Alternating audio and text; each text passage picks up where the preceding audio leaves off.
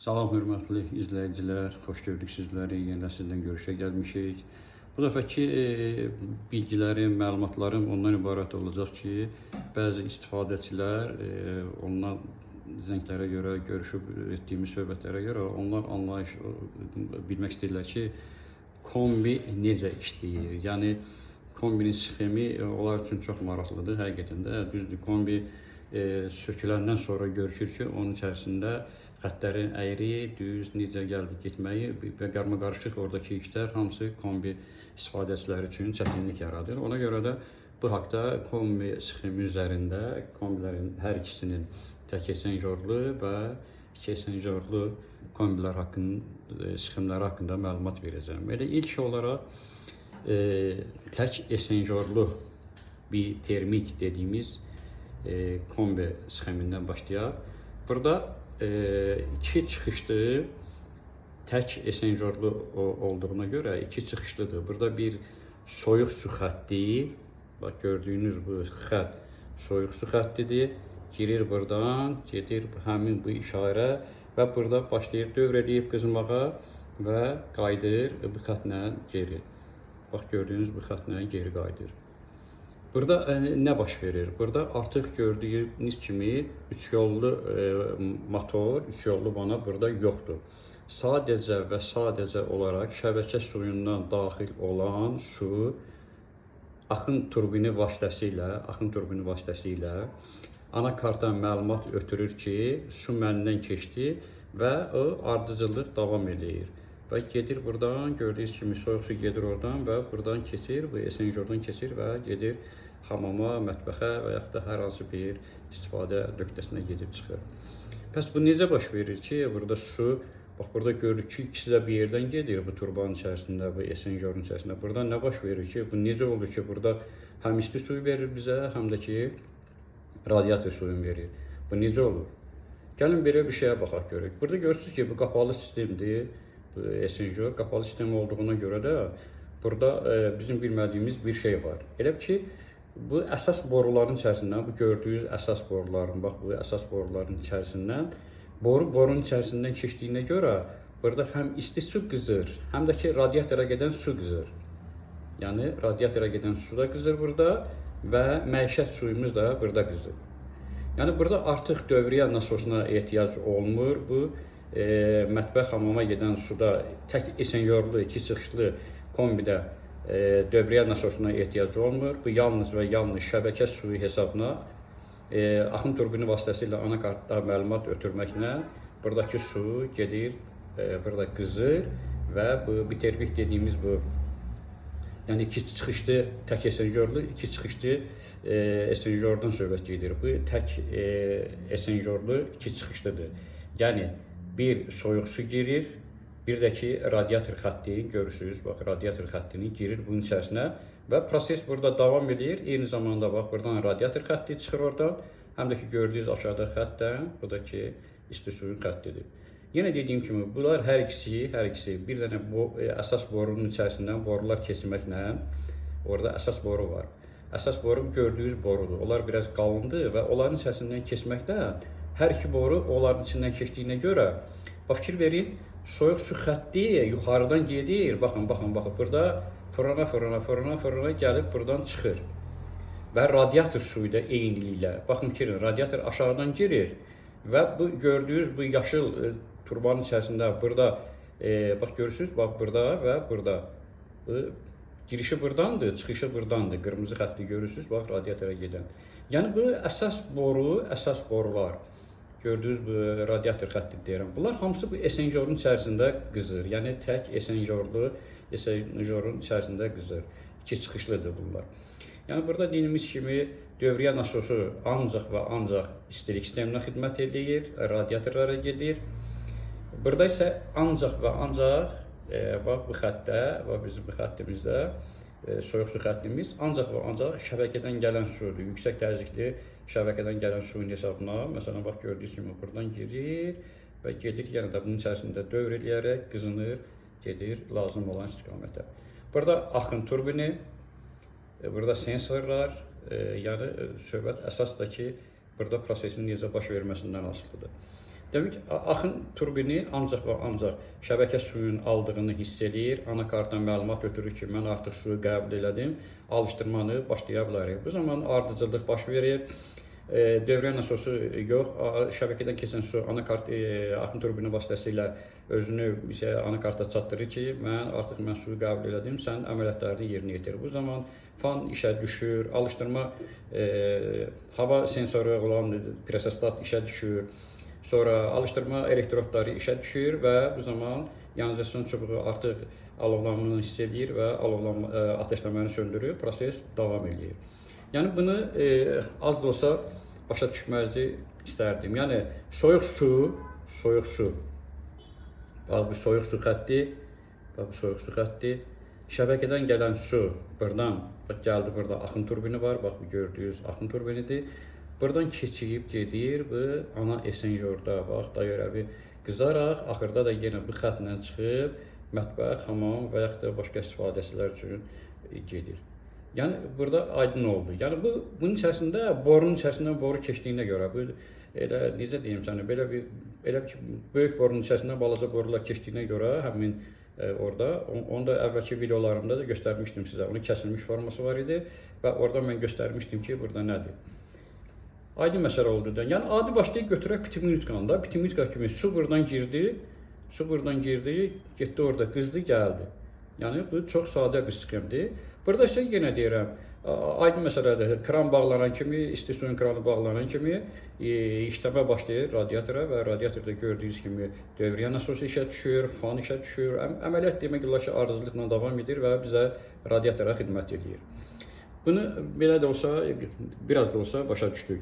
İndi isə keçək iki esenjorlu kombi sxeminə. Burada gördüyünüz kimi, iki esenjorlu kombilərdə tam fərqli bir sxemdir. Yəni, bax görürsünüz, radiatorun geri dönüş xəttidir, dövriyyə nasosu. Bu dövriyyə nasosumuzdur, bu qara xətlə göstərilən dövriyyə nasosudur, işaret işarəsidir bu. Üstündə avtomatik hava buraxan var, sensor var. Yəni bunlar əvvəlki videolarda demişdim. Buradan isə ayrılır bir dənə xətt, genişlənmə çəni. Bu genişlənmə çənidir. Bunun içərisində hava-su balansı tənzimləmək üçün diafraqma var. O diafraqmanın hesabına da ki, buradakı istilik temperaturuna əmələ genişlənməni tənzimləyir burada. Yəni indi gəlin görək ki, buradakı su necə qızır. Burada tək esenjorlu olduğuna görə buradakı su necə qızır. Aydın məsələdir ki, radiator xətti dövriyyə nasosu vasitəsilə buradan suyu keçirir, buradan fırlayır, buradan da geri qaydaraq üç yollu vananın hesabına onu radiatora verir. Bəs bizə isti su lazım olanda bu necə işləyir? Gəlin buna bir dənə diqqətlə baxaq. Yaxşı, bax. İsti suyun xəttini istifadə etmək üçün birinci soyuq su, şəbəkə suyu. Yenə burada axın turbini var. Yenə burada görürsünüz. Su yenə axın turbini oradan keçdiyini hiss eləyən kimi anakartdan məlumat ötürüb buradakı dövriyyə üç yollu vananın istiqamətini dəyişir. Artıq istiqaməti verir bu hissəyə. Bax, buradan bu hissəyə verir. Bir də izah eləyirəm. Demək, bizə isti su lazım olanda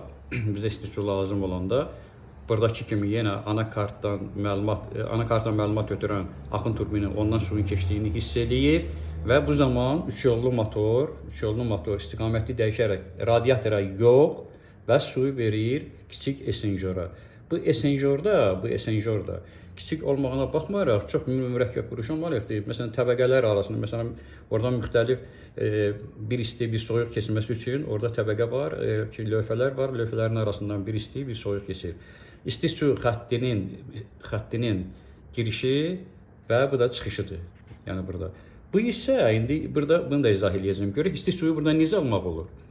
İsti suyu məsələn bildik ki, burada bir dənə esenjordur. Bəs isti su burada necə alınır? Bunu necə izah edə bilərik? İndi gəlin onu izah eləyək. Baxın.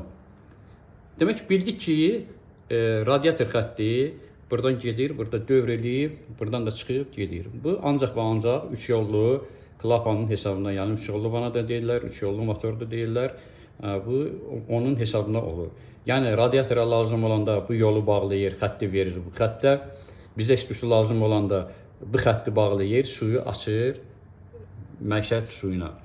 Yəni baxaq indi görək bu burada necə qızır.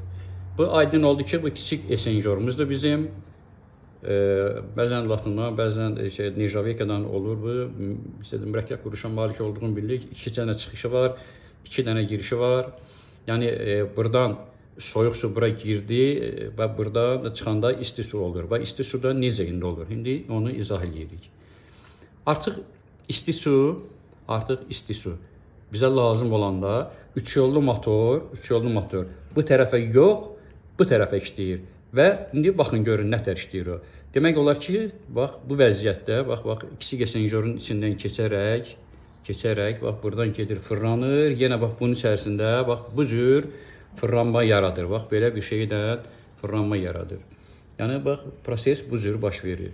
Yəni artıq radiator tərəfə yox, buradan kiçik esenjorun içərisindən keçərkən burada bir soyuq, bir isti, keçdiyinə görə və belə olaraq buradakı su bunun hesabına qızır.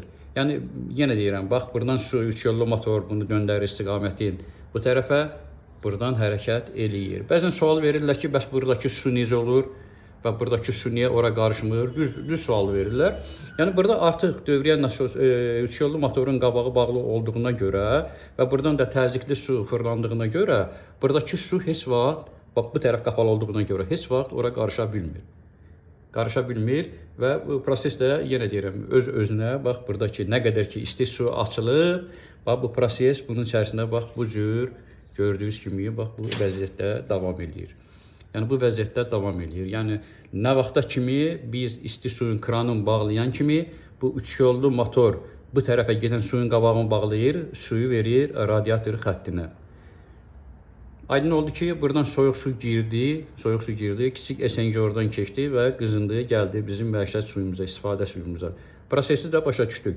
3 yollu motor bu tərəfin qabağını bağlayır. Biz isə suyu döndərik, biz də görürük ki, su dönür, bunun içərisindən keçir və bu proses belə dairəvi bir hərəkət eləyərək, dövriyyə nüfusu vasitəsilə dairəvi hərəkət eləyərək proses başa çatır. Yəni çox sadə bir sxemdir, yəni düzdür, kombinin içərisində baxanda görürük ki, bunlar çox, necə deyim sizə, çox mürəkkəb bir quruşa malikdir.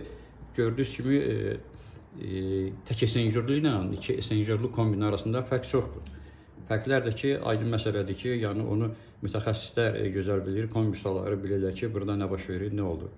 Yəni hər hansı bir kombi tək esenjorlu olsun, ya da ki 2 esenjorlu olsun, 3 yollu motoru olan olsun, dövriyyə motoru olan olsun. O birisində isə dövriyyə 3 yollu motor yoxdur. Sadəcə olaraq belə pneumatika kimi oradan keçib gedir və məişət suyunu qızdırır. Bir daha izah eləyirəm. Demək, radiator xətti gördüyünüz bu sxem üzrə gedir və belə bir proseslə iştirak edir. Niyə iştirak edir və su bura niyə getmir? Çünki buradakı 3 yollu motor bunun qarşısını, isti suya gedən, məişət suyundan gedən xəttin qarşısını bağlayır, suyu verir, bax bu tərəfə. Yəni proses belə olur.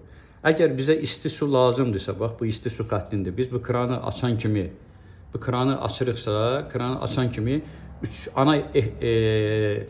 ana kartdan məlumat ötürülür, elektron kartdan məlumat ötürülür 3 yollu motora ki, sən radiatora gedən suyun xəttinin qabağını bağla, suyu ver məişət suyuna, yəni hamam, mətbəx və belə yerlərə.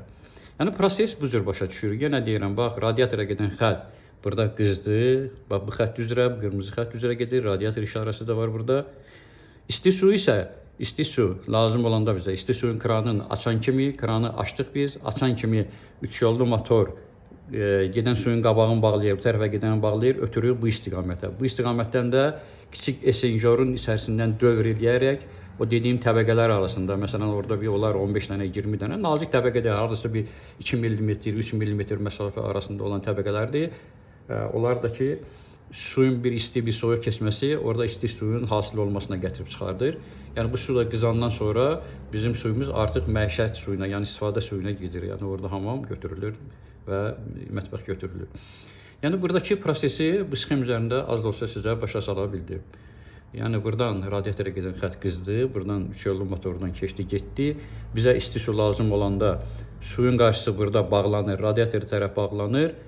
Suyu verir kiçik esenjorun içərisinə və bu su burada bax belə bir dairəvi vəziyyət yaradır dövriyyə nasosunun hesabından. Bu tərəfə nə bu tərəfədəki su getmir. Radiator xəttinin demək olar ki, bütün əlaqəsi kəsilir. Yalnız və yalnız burada axın turbini və 3 yollu motor iş görür. Bəzən elə hallar olur ki, isti su almaq olmur.